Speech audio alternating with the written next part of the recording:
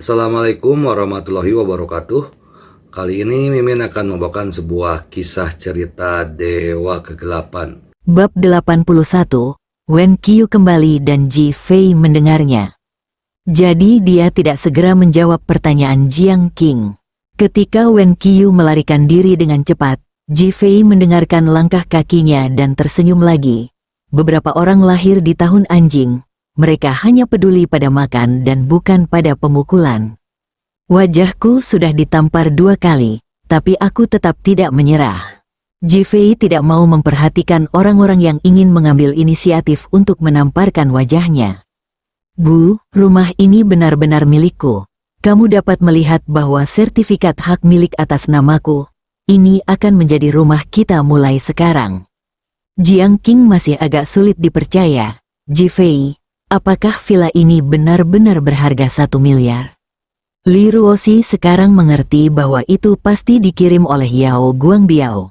Dia sekarang benar-benar tidak percaya apa yang dikatakan Ji Fei tentang menyelamatkan nyawa Yao Guangbiao.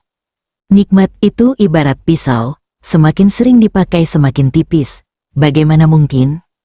Namun, ketika saya memikirkan betapa buruknya para tetangga ketika saya tinggal di sana, saya menerimanya begitu saja.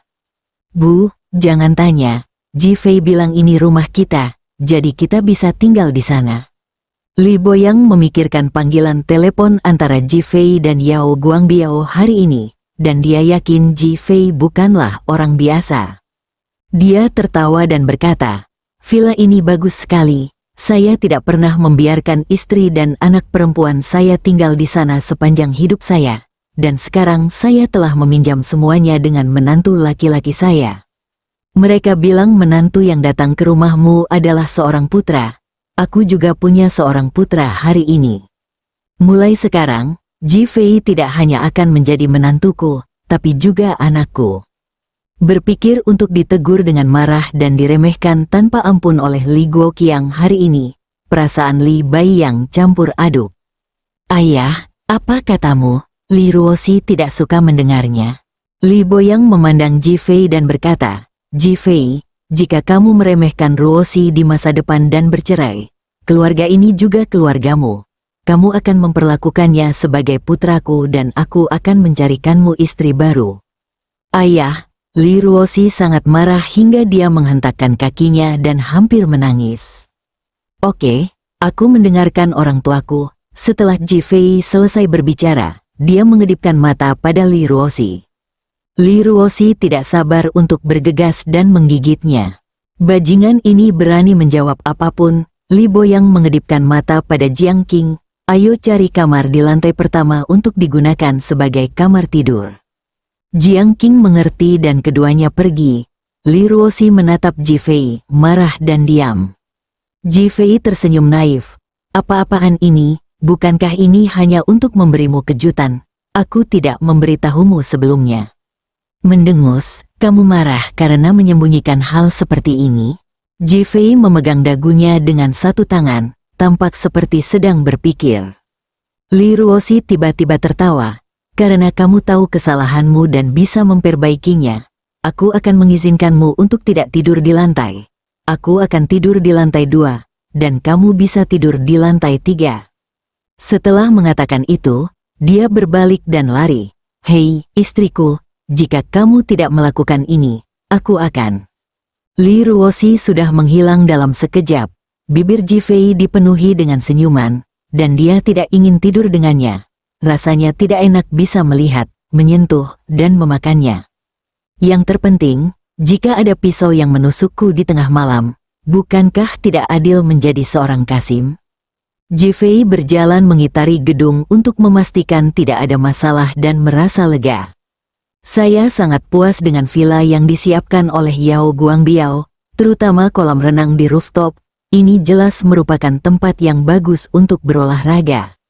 Keluarga itu menetap dan memiliki segalanya kecuali kekurangan pakaian.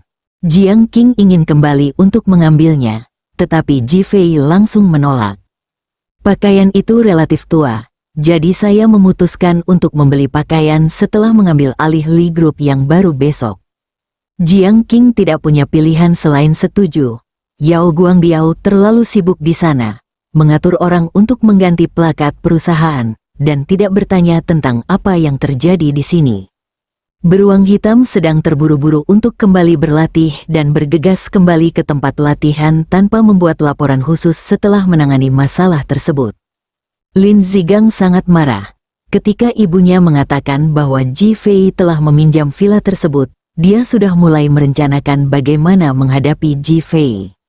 Namun, saya menerima pemberitahuan bahwa perusahaan mengadakan pertemuan penting besok, jadi saya mengesampingkannya untuk sementara waktu. Keesokan paginya, setelah Li Boyang dan Li Ruoxi berkonsentrasi berdandan, mereka pergi bersama Ji Fei dan bergegas ke grup Li baru bersama. Namun, ayah dan putrinya tidak pernah tahu di mana grup Li baru yang disebutkan Yao Guangbiao berada. Mereka ingin bertanya pada Ji Fei, tetapi melihat bahwa dia tidak bersungguh-sungguh dengan apa yang ingin dia katakan, jadi mereka menahan diri. Saat ini seluruh karyawan Boyang Group sudah sampai di bawah dan sudah berbaris, dan karpet merah sudah dibentangkan di tanah. Setelah karakter besar, grup Boyang, diganti kemarin, mereka ditutupi kain merah. Semua orang menantikannya dan bertanya-tanya siapa yang bisa membuat heboh seperti itu dan bahkan meminta perusahaan untuk mengganti nama mereka. Lin Zigang berdiri di tengah kerumunan dan manajer SDM He Guangxing sedang berbicara satu sama lain. Apa katamu, pimpinan perusahaan akan segera diganti? Setelah mendengar berita itu, Lin Zigang merasa seperti baru bangun dari mimpi. He Guangxing segera melihat ke kiri dan ke kanan. Pelankan suaramu, ini rahasia. Siapa ketua baru? Aku juga tidak tahu. Pantas saja Yao Guangbiao buru-buru meminjamkan Longxiang Villa nomor 1 kemarin. Ternyata itu terakhir kali dia memanfaatkan kekuatannya dengan baik. Mata Lin Zigang menunjukkan kemarahan, dan dia bahkan berpikir tentang bagaimana mengambil kesempatan untuk membalas Yao Guangbiao dan mendapatkan bantuan di depan ketua baru. Yao Guangbiao sedang menangani masalah di gedung saat ini dan tidak berada di lokasi. Di mata Lin Zigang, Yao Guangbiao akan jatuh dan pasti akan digulingkan. Saat ini, mobil Ji Fei tiba di depan pintu perusahaan. Pengemudi yang sudah lama diperingatkan oleh Yao Guangbiao, melihat plat nomor dengan nomor terakhir 66.666 dan segera membuka pintu untuk melepaskannya. Ji Fei pergi ke rumah sakit dan harus berhenti untuk menemui orang banyak, membuka pintu dan keluar dari mobil. Ketika Lin Zigang melihat nomor platnya, darahnya mendidih. Ketika dia melihat Ji Fei keluar dari mobil, Lin Zigang merasa paru-parunya akan meledak amarah. Kerumunan disambut di tempat kejadian. Awalnya saya melihat mobil itu dan mengira itu adalah ketua yang datang. Namun, karena Yao Guangbiao tidak ada yang berani melangkah maju, takut mereka akan mengakui kesalahannya dan membuat lelucon. Kemunculan Lin Zigang menghilangkan keraguan semua orang dan mereka semua melihat sekeliling. He Guangxing mengira Ji Fei dan yang lainnya adalah ketuanya, dan Lin Zigang mengenal mereka, jadi dia segera mengikuti mereka. Tentu saja, dia tidak ingin melewatkan kesan baik pertama di depan ketua. Adapun Lin Zigang, dia awalnya berencana untuk kembali ke komunitas untuk merepotkan Ji Fei setelah dengan marah menghadapi Yao Guangbiao. Nak, kamu sudah memikirkannya sendiri. Kamu merasa bersalah. Kamu tahu bahwa kamu berpura-pura memiliki Longxiang Villa nomor 1 kemarin dan kamu panik. Apakah kamu datang ke sini untuk meminta maaf hari ini? Biar ku beritahu, kamu sudah selesai berpura-pura, dan tidak ada gunanya meminta maaf sekarang. Li Ruoxi dan ayahnya awalnya bingung, tetapi sekarang mereka semakin bingung dan menatap Ji Fei. Ji Fei tidak bisa menahan tawa. Klaim palsu, minta maaf, apakah kamu bermimpi, apakah aku hanya berpura-pura? Lin Zigang tidak menyangka Ji Fei menjadi begitu sombong. Kemarin, dia dipukuli dan tertekan, dan ibunya sudah cukup marah. Beraninya dia begitu sombong dan marah padanya di depan umum hari ini? Bertindak sembarangan, nak, kemarin Yao Guangbiao menjadi ketuanya. Beruang hitam idiot itu mendengarkan kata-katamu, membantumu dalam drama, dan mendukungmu. Hari ini ku beritahu, Yao Guangbiao bukan lagi ketua, dan kamu sudah selesai bermain. Ketika He Guangxing mendengar bahwa dia bukan ketua, dia mengikutinya, tetapi dia merasa malu dan berkata, "Keamanan, datang ke sini dan usir orang ini." Bab 82 Grup Li yang baru secara resmi berlayar, melihat nomor platnya, saya pikir ketuanya ada di sini. Hei, penjaga keamanan ini lalai dalam tugasnya. Bagaimana kita bisa membiarkan orang seperti itu masuk di hari istimewa seperti ini? Untungnya, saya tidak melapor sekarang, kalau tidak, itu akan menjadi lelucon besar. Ada kicauan di antara kerumunan, penjaga keamanan telah tiba. Lin Zigang menatap He Guangxing dengan penuh rasa terima kasih, memandang penjaga keamanan, dan menunjuk ke Ji Fei dan 3 lainnya. Orang ini hanyalah pecundang yang datang ke pintu untuk makan makanan lunak, pembohong besar, keluarkan dia. Setelah mengatakan itu, dia tampak masih marah. Aku akan menghancurkan mobilnya sebentar lagi. Dia tahu bahwa mobil itu milik Ji Fei secara pribadi. Ji Fei terus tersenyum dengan tenang. Penjaga keamanan berdiri diam. Lin Zigang marah. Apakah kamu tuli? Kamu tidak mendengarnya? Penjaga keamanan berkata, kami hanya mengikuti permintaan Direktur Yao untuk mengizinkan dia masuk. Direktur Yao brengsek. Dia bahkan bukan ketua sekarang. Tetapi Anda bukan ketuanya, mengapa saya harus mendengarkan Anda? Lin Zigang tak bisa bicara. Melihat He Guangxing, manajer He, penjaga keamanan ini terlalu sombong, singkirkan mereka. Sebelum He Guangxing dapat menjawab, penjaga keamanan memandang He Guangxing sambil tersenyum. Manajer He, apakah Anda ingin mengeluarkan kami? He Guangxing sangat ketakutan sehingga dia menggelengkan kepalanya berulang kali. Tidak. Dia hanyalah orang bodoh di hatinya. Dia tidak bisa memecat siapapun yang mencarinya. Dia juga tidak bisa memecat penjaga keamanan yang mencarinya. Mereka adalah orang-orang yang telah dibersihkan dari lingkaran bawah tanah. Mereka semua adalah orang-orang yang putus asa. Jika mereka menyinggung mereka tidak akan tahu bagaimana mereka mati. Dia tidak berpikir umurnya panjang. Lin Zigang mengalami depresi. Dia menyingsingkan lengan bajunya dan melihat rekan-rekannya di belakangnya. Orang ini adalah teman Yao Guangbiao. Kemarin dia pergi ke Taman Longxiang dan menipu kami di Villa Longxiang nomor 1. Saya menghentikannya saat itu. Tetapi pengawal Yao Guangbiao, Hei Xiong, menghampiri dan memukuli saya dan penjaga keamanan, dan villa itu diambil alih olehnya. Hari ini saya akhirnya mengerti. Sebelum Yao Guangbiao mengundurkan diri sebagai ketua, dia menggunakan hal-hal dari grup Boyang untuk memenangkan hati masyarakat. Apakah kita ingin mendapatkan villa itu kembali? Dan apakah kita ingin menghukum berat ketua Yao Guangbiao yang tidak bermoral?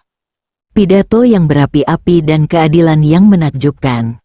Semua orang di tempat kejadian tercengang dan melihat ke arah Ji Fei dan Li Ruoxi.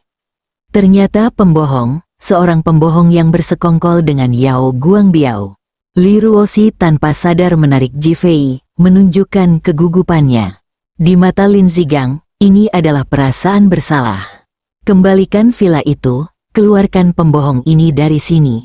Usir Yao Guangbiao pergi bersama-sama. Beberapa karyawan di tempat kejadian melangkah maju dan mengepung Ji Fei dan yang lainnya. Wajah Li Ruoxi menjadi pucat karena gugup ketika dia mendengar percakapan mereka barusan.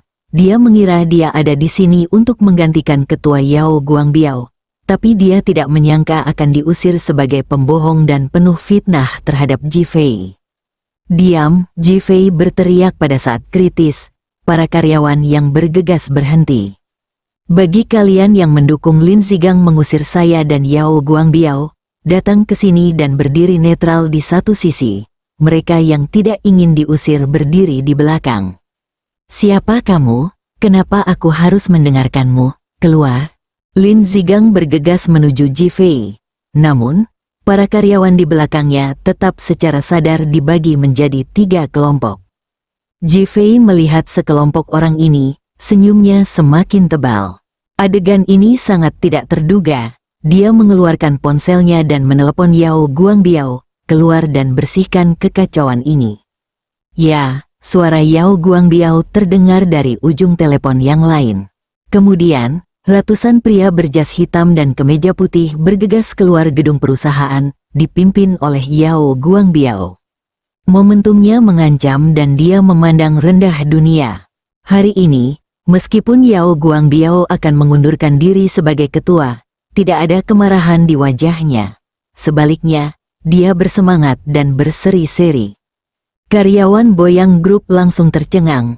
Yao Guangbiao memandang karyawan di belakang dan berkata, "Kalian semua adalah karyawan setiap perusahaan, dan pimpinan baru akan memanfaatkan mereka untuk keuntungan Anda." Para karyawan di belakang awalnya terkejut, lalu terkejut, "Terima kasih, Direktur Yao." Dia menghampiri karyawan di tengah dan berkata, "Anda bermuka dua. Jika Anda tetap di perusahaan, pekerjaan dan gaji Anda akan terjamin, tetapi Anda tidak akan memiliki masa depan." Pegawai di tengah tampak murung dan merasa menyesal. Para karyawan yang berdiri di depan bersama Lin Zigang dan He Guangxing semuanya menunjukkan kegugupan saat melihat Yao Guangbiao dan bawahannya. Yao Guangbiao melambaikan tangannya kepada sekretaris di sampingnya, "Pecat semua orang ini dan bersihkan perusahaan." "Ah," seru para karyawan. Lin Zigang, yang awalnya ingin bergegas dan melawan Ji Fei, juga berhenti dengan tergesa-gesa dan melihat ke arah Yao Guangbiao. "Apa maksudmu?" Patah, Yao Guangbiao berjalan mendekat dan berkata kepada Lin Zigang, "Itu artinya kamu dipecat, mengerti?" Kamu bukan lagi ketua. Kenapa kamu harus memecatku?" "Ya, Anda bukan lagi ketua. Mengapa Anda harus memecat kami?" Para karyawan yang telah ditipu oleh Lin Zigang mulai membantah. Yao Guangbiao berhenti dan tersenyum dengan tenang. "Saya belum mengundurkan diri secara resmi. Sebelum saya meninggalkan jabatan, semua orang yang mengkhianati saya akan menjadi korban saya." Ledakan, kata-kata Yao Guangbiao seperti ledakan bom nuklir super. Lin Zigang dan yang lainnya tercengang. Ini adalah cadangan yang khas. Namun, Lin Zigang yang pertama bereaksi. "Dia memecat kami. Kami menemui ketua baru dan memberitahu dia bahwa Yao Guangbiao sengaja membubarkan perusahaan." "Ya, ayo cari ketua baru." He Guangxing dan yang lainnya berteriak. "Silakan." Setelah Yao Guangbiao selesai berbicara, dia menghampiri Li Boyang sambil tersenyum dan berkata, "Halo, Direktur Li." Berbalik untuk melihat Li Ruoxi, "Halo, Tuan Li." Direktur Li, Tuan Li, Li Boyang dan Li Ruoxi tercengang, dan Lin Zigang serta yang lainnya semuanya tercengang. "Ayah, mulai sekarang, kamu akan menjadi ketua grup Li yang baru, dan Ruoxi akan menjadi manajer umum. Grup Boyang telah resmi berganti nama menjadi grup Li yang baru." Suara Ji Fei terdengar di telinga kedua orang itu. Li Boyang dan Li Ruoxi sepertinya terbangun dari mimpi. Mata mereka menunjukkan kerumitan, tetapi lebih banyak kegembiraan. Memang ada perusahaan. Yao Guangbiao memandang penjaga keamanan dan berkata dia baik-baik saja hari ini. Dia melihat orang di belakangnya, mengangkat tangannya, dan kemudian, "Selamat datang ketua, selamat datang manajer umum." Lebih dari 100 pria berjas hitam semuanya sujud, penuh momentum dan antusiasme. Lin Zigang, He Guangxing, dan lainnya benar-benar bingung saat ini, dengan kemarahan, kekecewaan, dan keengganan di mata mereka. Namun dia begitu tidak berdaya dan merasa sangat sedih hingga ingin muntah darah. Terutama Lin Zigang, Ji Fei jelas merupakan pecundang, menantu yang berjiwa bebas. Menurut ibunya, Li Boyang adalah seorang pria yang telah menjadi pengecut selama puluhan tahun dan tidak bisa mengurus istri dan putrinya. "Mustahil, sama sekali tidak mungkin, Yao Guangbiao, kamu berbohong kepada kami, berbohong kepada kami." Dentur, petasan terdengar di belakang mereka, dan nama perusahaan yang ditutupi kain merah di atas gedung muncul di mata semua orang. "Grup Li baru, ah." Lin Zigang melolong histeris dan ingin melarikan diri karena kecewa. Patah, telapak tangan He Guangxing telah menamparkan bagian belakang kepala Lin Zigang. sialan Lin Zigang, kamu membunuh kami. Hei Zigang, Worry, ibumu bunuh ikan bau ini. Para karyawan yang terlibat dengannya bergegas pergi seperti orang gila. Hidung Lin Zigang memar dan wajahnya bengkak dalam sekejap, dan dia tidak tahan untuk melihat secara langsung. Kosongkan tempatnya, lebih dari 100 orang di belakangnya semuanya maju ke depan. Lin Zigang dan yang lainnya bahkan tidak memiliki kesempatan untuk melawan, dan langsung diusir. Selamat datang ketua baru, teriak Yao Guangbiao. Grup Li yang baru secara resmi berlayar. Bab 83 Aku akan menjadikanmu wanita nomor 1 di dunia. Bang, karyawan yang tersisa tersenyum dan bertepuk tangan. Yao Guangbiao berbalik ke samping dan tersenyum. Direktur Li, tolong Tuan Li. Li Boyang sangat bersemangat.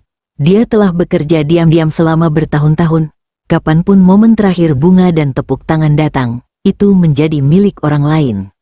Dia adalah pahlawan tanpa tanda jasa. Hari ini, akhirnya berjalan ke meja depan, sangat bersemangat, sangat emosional. Terima kasih, Li Boyang mengatupkan kedua tangannya dan tidak bisa tidak berterima kasih padanya. Dia memandang Ji Fei yang berjalan di akhir. Meskipun dia tidak tahu bagaimana semua ini bisa dicapai, dia tahu bahwa Ji Fei tidak akan pernah mengecewakannya. Berpikir bahwa aku hampir mati karena uremia beberapa hari yang lalu, aku merasa lebih disayangi di hadapanku. Ini adalah kesempatan terakhir untuk membuktikannya. Selamat datang, Ketua. Yao Guangbiao memimpin dengan berteriak lagi. Selamat datang, Ketua. Karyawan merespons bersama. Ketika tepuk tangan berhenti, Yao Guangbiao menghampiri para karyawan dan berkata, dengan ini saya secara resmi mengumumkan pengunduran diri saya sebagai ketua hari ini dan tidak akan memegang posisi apapun di Grup Boyang. Grup Boyang juga akan secara resmi berganti nama menjadi Grup Li baru. Terima kasih atas dukungan Anda selama beberapa tahun terakhir. Hari ini saya melihat kesetiaan dan kecintaan Anda pada Boyang Group. Saya harap Anda dapat mengubah cinta ini menjadi cinta untuk Li Group yang baru. Tuan Li Boyang akan menjabat sebagai ketua grup Li yang baru, dan Nona Li Ruoxi akan menjabat sebagai manajer umum. Saya akhirnya berhasil menyerahkan grup Boyang kepada pemiliknya. Terima kasih atas dukungan Anda di masa lalu. Yao Guangbiao membungkuk dalam-dalam. Saat ini, semua orang tiba-tiba menyadari bahwa Yao Guangbiao juga seorang pekerja paruh waktu, bekerja untuk keluarga Li. Melihat Li Boyang dan Li Ruoxi, saya sangat terkejut dan bahkan lebih terpesona. Tentu saja, saya juga senang dengan kesetiaan saya. Yao Guangbiao menoleh ke arah Li Boyang, Direktur Li. Satu-satunya karyawan setia yang dapat saya tinggalkan untuk Anda adalah ini. Saya harap mereka dapat bekerja sama dengan Anda untuk membuat grup Li yang baru lebih cemerlang. Hati saya sangat terkejut. Ini semua adalah pengaturan Ji Fei. Jika bukan karena Ji Fei, dia tidak akan berpikir untuk menggunakan metode ini untuk menguji hati orang dan melihat sifat manusia dengan jelas. Kekaguman pada Ji Fei, sang kakak, menjadi semakin kuat. Tepuk tangan kembali terdengar. Kali ini tidak hanya untuk Li Boyang, tetapi juga untuk Yao Guangbiao. Namun kali ini Yao Guangbiao dengan cerdik mengungkap identitas Li Boyang sebagai protagonis. Li Boyang terus melambaikan tangannya kepada semua orang. Terima kasih semuanya. Wajahnya memerah dan dia sedikit bersemangat. Terakhir, memikirkan tentang orang-orang yang memilih untuk tidak berkhianat ketika orang lain ingin mengusir mereka. Saya tidak akan mengecewakan Anda. Saya pasti akan membuat perusahaan menjadi lebih baik dan lebih baik lagi, membuat semua orang menjadi lebih baik, dan menghasilkan lebih banyak. Bang, tepuk tangan semakin keras, itu terlintas di hati setiap orang. Penyerahan itu saja, grup Li yang baru mulai berlayar, dan bersamanya datanglah sekelompok karyawan yang setia. Yao Guangbiao mengajak Li Boyang ke kantor. Ini adalah kantor Yao Guangbiao sebelumnya. Setelah dikonfirmasi kemarin, kantor itu direnovasi dalam semalam, tapi benar-benar hijau dan ramah lingkungan. Dengan 2 orang tersisa, Li Boyang segera memegang tangan Yao Guangbiao dan mengucapkan terima kasih. Saudara Yao, saya bahkan tidak tahu harus berkata apa untuk mengungkapkan rasa terima kasih saya. Mengambil alih perusahaan seperti ini tidak ada bedanya dengan menduduki sarang burung murai, dan dia masih merasa sedikit malu di dalam hati. Yao Guangbiao sangat ketakutan sehingga dia melambaikan tangannya dengan cepat dan mengucapkan terima kasih, tapi dia tidak berani menerimanya. Apakah kamu masih memanggilku kakak Yao? Dia bertanggung jawab atas Ji Fei, dan menantu laki-lakinya disebut kakak laki-laki tertua. Dia adalah seorang yang lebih tua. Bagaimana dia bisa mengacaukan senioritas? Jangan panggil aku seperti itu. Panggil saja aku Xiao Yao.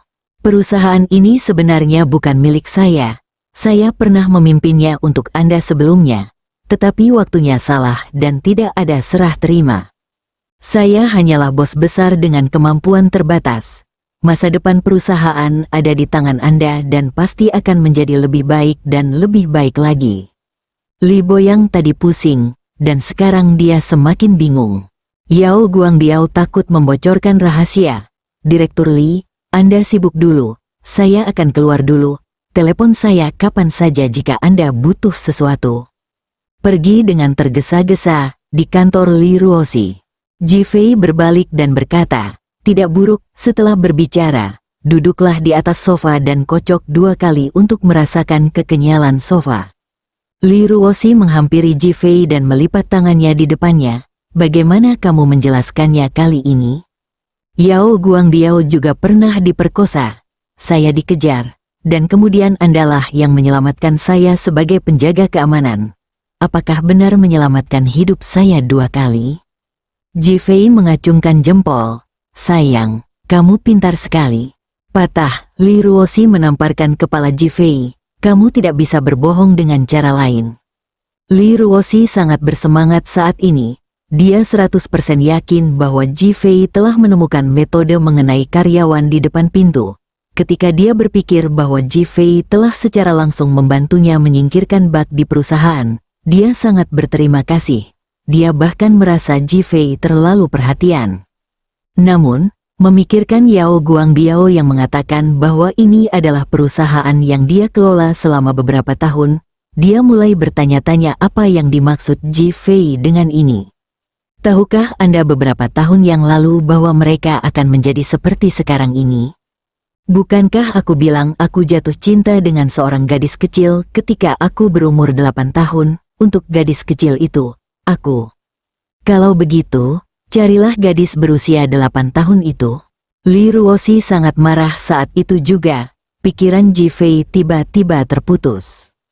Awalnya, dia ingin menggunakan kesempatan ini untuk menceritakan kisah bahwa Li Ruoxi adalah gadis berusia 8 tahun, tetapi dia tidak pernah menyangka Li Ruoxi akan begitu bersemangat. Dia mulai cemburu. Ji Fei tidak tahu apakah dia harus senang atau menyesal. Nampaknya gadis berusia 8 tahun ini telah menjadi simpul di hati Li Ruoxi. Ji Fei, begitu banyak karyawan yang dipecat sekarang, apa yang harus kita lakukan untuk mengatasi masalah ini? Sebagai manajer umum, Li Ruoxi setara dengan kepala eksekutif perusahaan. Ini adalah sesuatu yang harus dia khawatirkan. Tekan amarah Anda dan tanyakan dengan serius. Ji Fei tidak menyangka Li Ruoxi akan memasuki peran tersebut dalam sekejap mata. Diam-diam meratapi sifat wanita yang mudah berubah. Mudah, mata Li Ruoxi menunjukkan keterkejutan. Ji Fei mengeluarkan ponselnya dan langsung menghubungi nomor Xia Qianming. Setiap karyawan grup Li yang ingin bekerja di grup Li baru bisa datang. Patah, tutup saja teleponnya. Li Ruoxi. Saat ini, saya akhirnya mengerti mengapa Ji Fei mengusulkan kenaikan gaji pada hari pertamanya di grup Li. Kalau dipikir-pikir sekarang, sisa karyawan dari mantan grup Boyang semuanya adalah loyalis, dan dengan tambahan orang-orang dari grup Li, kekuatan grup Li yang baru akan menjadi luar biasa kuatnya. Saat aku memikirkan tentang perkembangan perusahaanku, seluruh tubuhku sepertinya penuh kekuatan. Aku bahkan ingin memeluk Ji Fei.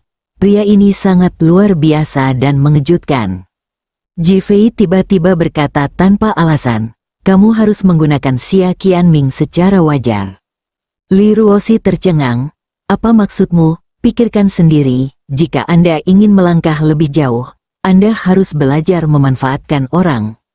Dia bisa membuka jalan bagi Li Ruoxi, tapi dia tidak bisa membantu Li Ruoxi mengaturnya. Mata Li Ruoxi bersinar terang. Bekerja keras, dalam 1 tahun, aku akan menjadikanmu wanita nomor 1 di dunia. Li Ruoxi tercengang.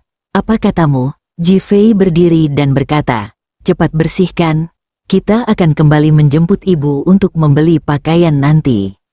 Kata-kata yang sama tidak terulang kembali, hati Li Ruoxi dipenuhi rumput. Bab 84 rasanya enak sekali sampai aku ingin mati. Grup Li. Li Baili berada di kantor ayahnya. Ayah, apakah menurutmu keluarga Li Bai yang benar-benar dapat mendirikan grup Li baru? Mendengus, Li Guoqiang mendengus dingin. Apakah kamu percaya ini? Siapa yang tidak bisa menyombongkan diri? Tahukah Anda betapa sulitnya grup Li kita berkembang sejak didirikan hingga saat ini? Bahkan jika Ji Fei kecil memiliki beberapa kemampuan, saya tidak percaya dia benar-benar dapat mendirikan grup Li. Li Boli menghela nafas lega dan berkata, alangkah baiknya jika itu masalahnya. Saya sangat takut hal itu akan terjadi. Tunggu saja, kalau malam tidak ada kabar, kami akan tampar wajah mereka. Ketika Li Boli mendengar ini, dia mengepalkan tinjunya dengan penuh semangat. Aku ingin mempermalukan Ji Fei bajingan itu. Memikirkan tentang suami yang dikhianati yang dikenakan Ai Meng padanya, dia merasa wajahnya tidak tahu malu.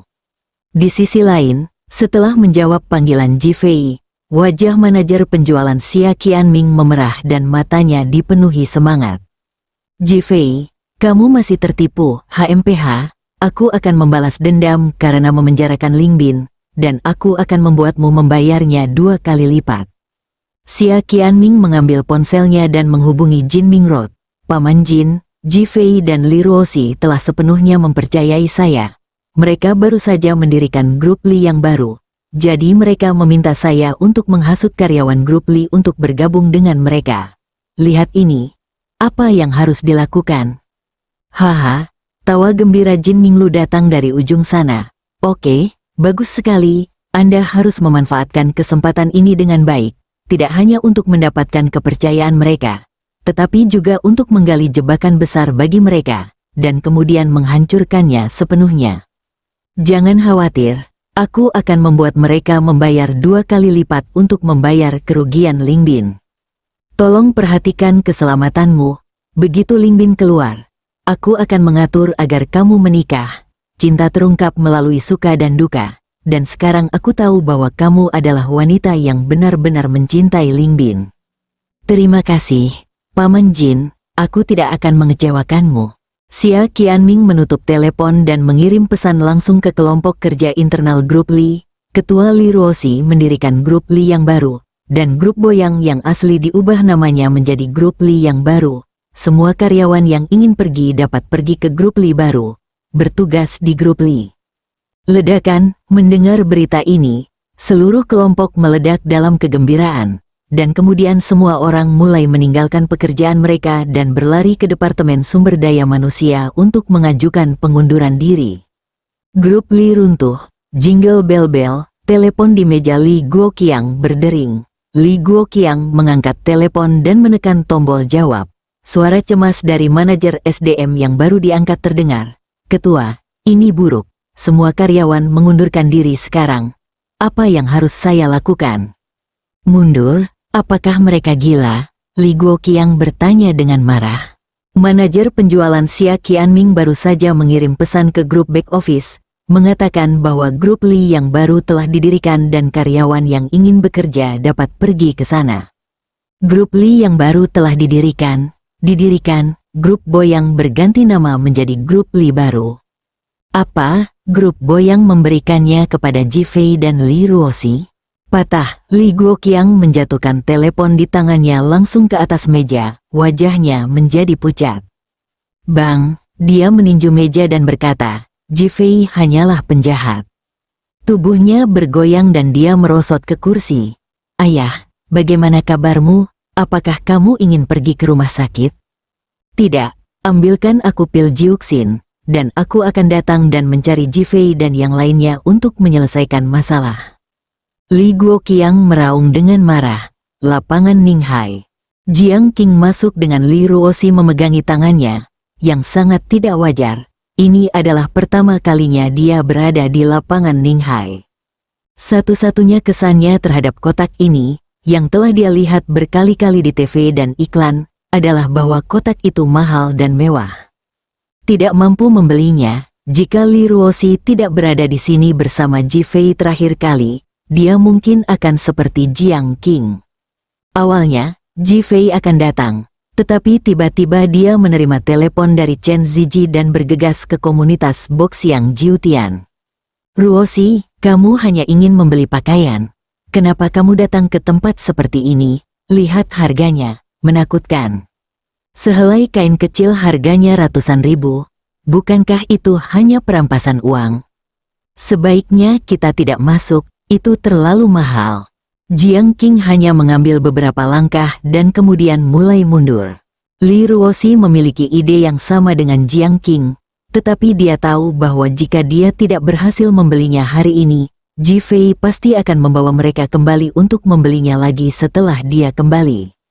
Bu, ayo pergi, kita punya uang sekarang.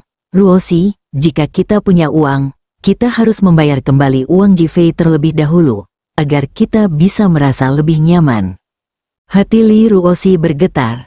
Ketika dia mendapat 500 juta kemarin, dia masih berencana untuk membayar kembali uang Jifei.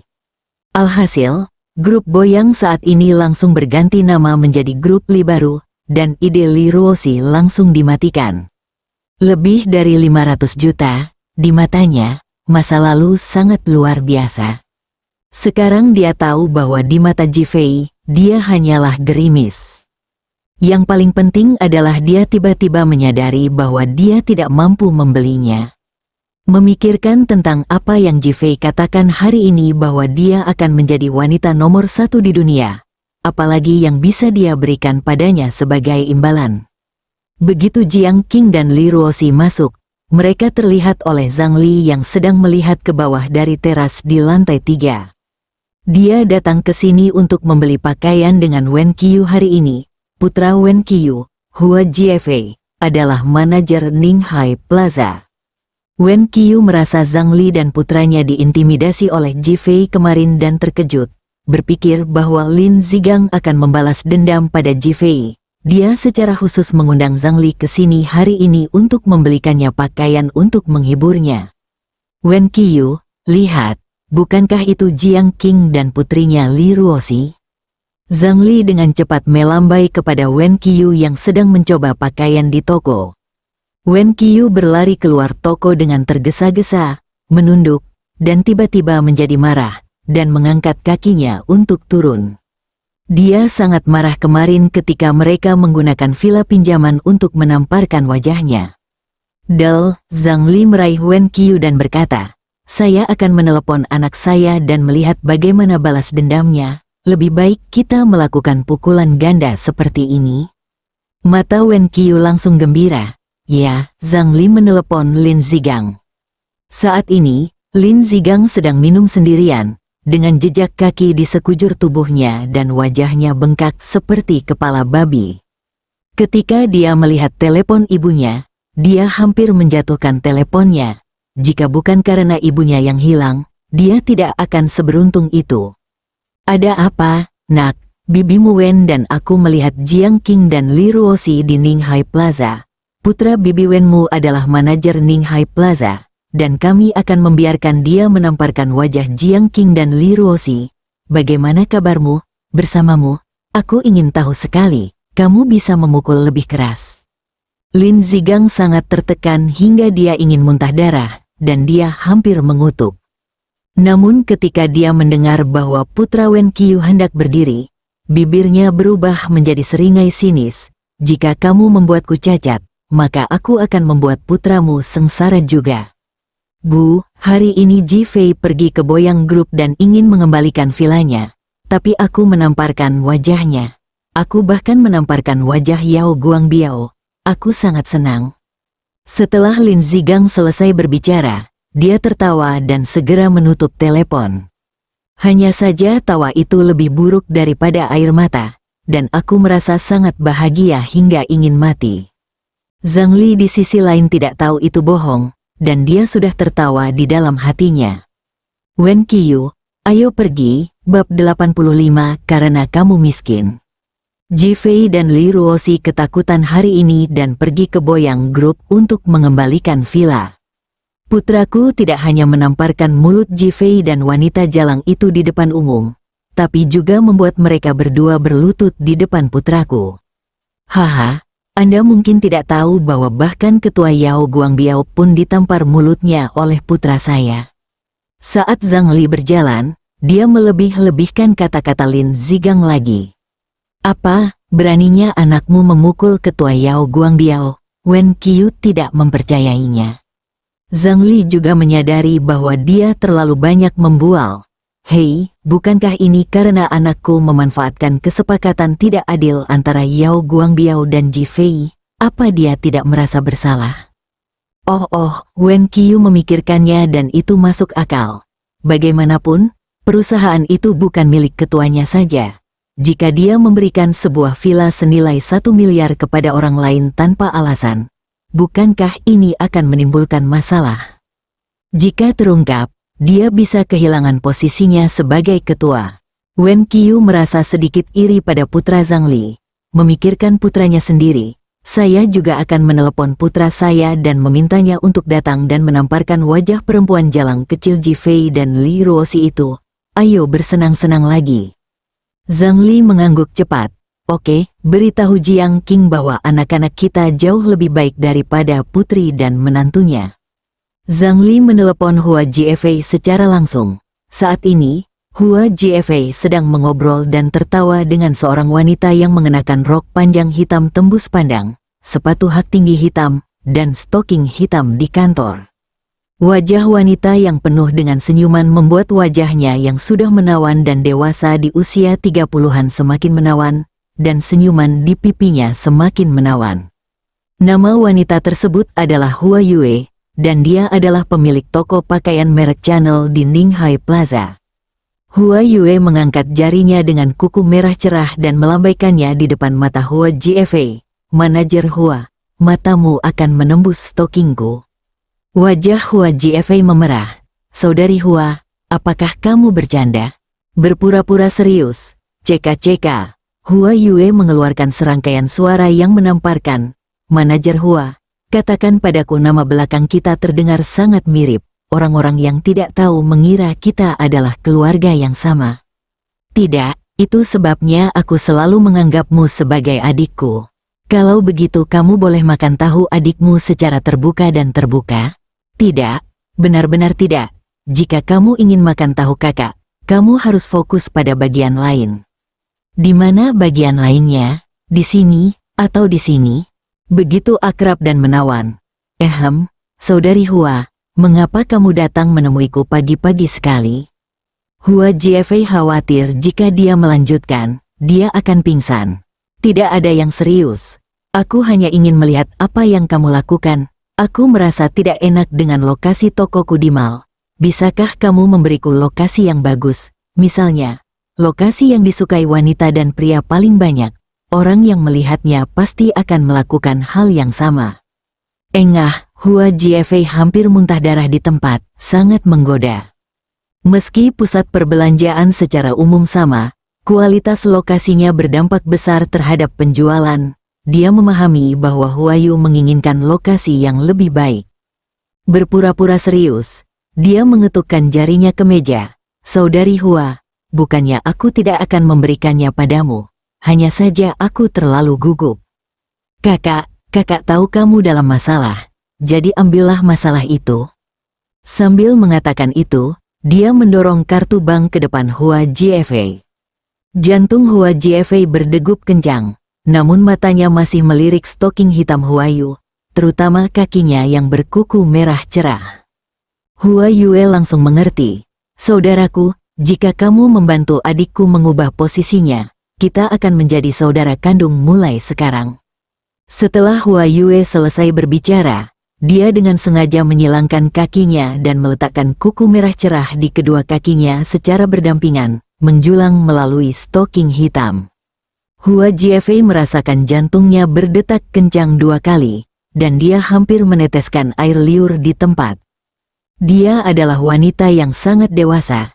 Dia tampak meneteskan air mata jika disentuh sedikit pun. Saat ini, Wen Qiu menelepon. Hua Jiefei tidak senang karena diganggu. Tetapi ketika dia melihat itu adalah panggilan ibunya, dia segera menjawab panggilan itu. Bu, ada apa? Xiao Fei, wanita jalang itu, Li Ruoxi dan ibunya, ku bilang padamu, datang ke Ninghai Plaza untuk berbelanja, dan sekarang mereka telah memasuki toko Channel. Pergilah dan bantu aku menamparkan wajah mereka dan membersihkannya untukku.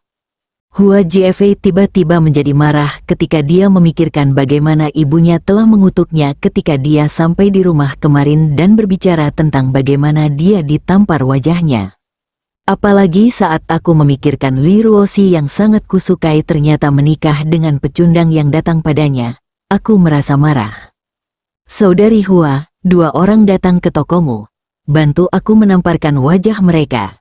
Semakin baik mereka, semakin baik aku akan membuat tokomu. Mata Sister Hua tiba-tiba berbinar.